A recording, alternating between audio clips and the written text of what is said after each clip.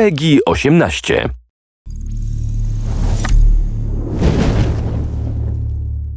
It's time for another community Q&A, and if you're anything like me, you're going to want some fun facts about The Division that you can use to impress your friends and family around the dinner table, right? Okay, stick around.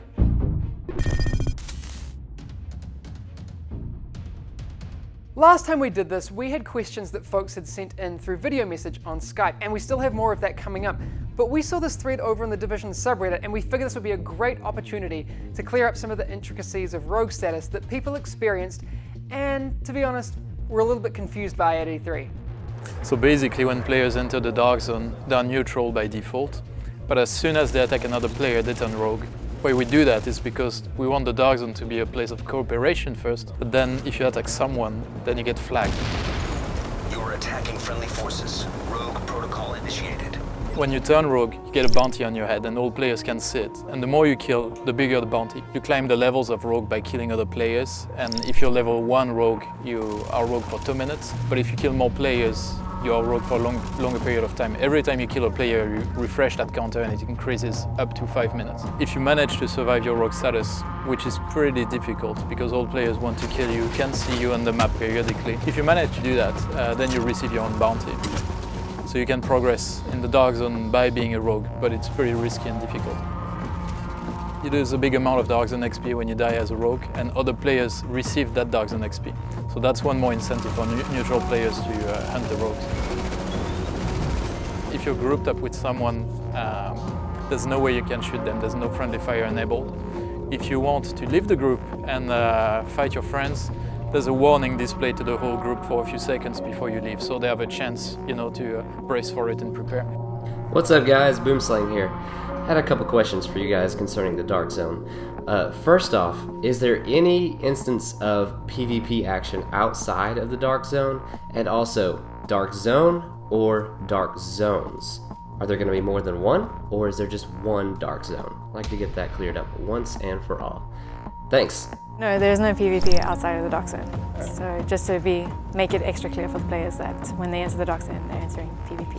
There is a lot of PvE as well, but yeah, it's an area where players can enter and help each other out with PvE or end up fighting each other instead. Are you leaving? There is one Dark Zone, one super duper mega awesome Dark Zone in the middle of Manhattan. It's very big. What we saw in the E3 demo was just a small area, a slice of the Dark Zone around Bryant Park. What's up guys, James here, the lead writer and developer on Division Blog, here to ask our friends at Massive Entertainment a quick question. Right now we know that the squad size within the Division is 4 players, however what we don't know is exactly how many players will be able to play together in the Dark Zone. Can you guys shed some light on this? Thanks. The demo that some of you have had the chance to play featured a 3v3v3 scenario. But in the game, there will be many more players in the Dark Zone, and you won't be locked into a specific group setup. The exact numbers of players that we will have in the Dark Zone is something that we have to decide, and we have to balance it by means of testing and player feedback from the beta in December. But will we have more than 9 players? Hell yes. Thanks for the questions, guys, but unlike last time, we're not done just yet. It's time for some rapid fire goodness, courtesy of our friends over on Twitter.